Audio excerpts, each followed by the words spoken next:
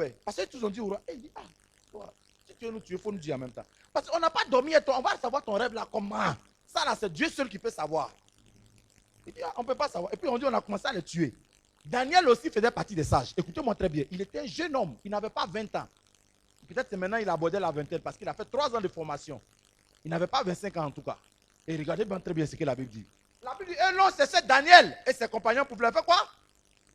Les faire périr. Périr là, ça veut dire tuer. Imaginez-vous si Daniel était mort là. Toi-même dis-moi, imaginez-vous si Daniel. Il y a une partie de sa vie qui n'allait pas vivre. Quand il est là aussi, il a dit non, hey, le gars là, il est mort tôt. Il est mort tôt à cause du diable. C'est pas ce qu'il ne devait pas mourir tôt. Tous les gens que vous voyez jeunes mourir là, ce n'est pas la volonté de Dieu. Il n'y a aucun jeune qui meurt qui est la volonté de Dieu. Le diable a écouté sa vie. Il n'y en a pas.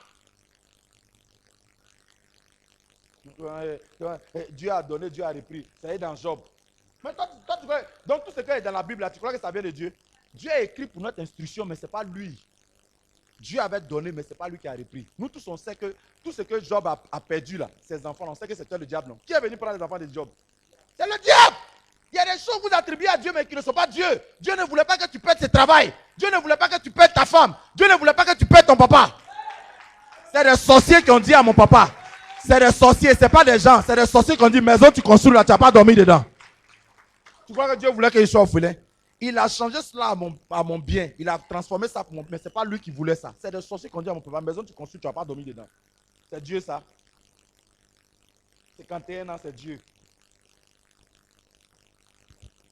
51 ans. Quelqu'un meurt à 51 ans, on me dit c'est Dieu. C'est pas lui. Arrêtez de mettre des choses sur Dieu. Ton Dieu là, il n'est pas l'auteur du mal et des mauvaises choses. Quelqu'un construit sa maison, il n'est même pas à la retraite, où il va aller s'asseoir pour se réjouir, là, il meurt. Tu vas me dire que c'est Dieu. Quelqu'un a travaillé, il doit se reposer un peu. C'est comme ça, il est mort. Et on a voulu tuer Daniel. Imaginez-vous si on tuait Daniel, tu n'as même pas savoir qu'il y a eu quelqu'un qui s'appelle Daniel. Parce que toute cette histoire qu'on explique, c'est à cause des exploits après Daniel 2. Tout ce qu'on explique de Daniel, et puis aujourd'hui tu connais son nom là, c'est après Daniel 2. Mais on voulait le tuer dans Daniel 2. Ça veut dire que si on l'avait tué là, sa vie est finie. C'est pourquoi, alors que tu veux faire des grandes choses, le diable va vouloir t'attaquer. Beaucoup de gens qui vont devenir des grandes personnes, le diable les attaque. Il leur donne maladie, il te donne des problèmes. Toi-même, tu te demandes même pourquoi tu as beaucoup de problèmes. Tu as beaucoup de problèmes parce que tu dois faire des grandes choses. Maintenant ce qui peut arriver, tu peux mourir dans ces problèmes-là si tu ne sais pas qu'il y a quelqu'un que tu dois appeler pour t'aider. Et la Bible dit, alors Daniel s'adressait d'une manière prudente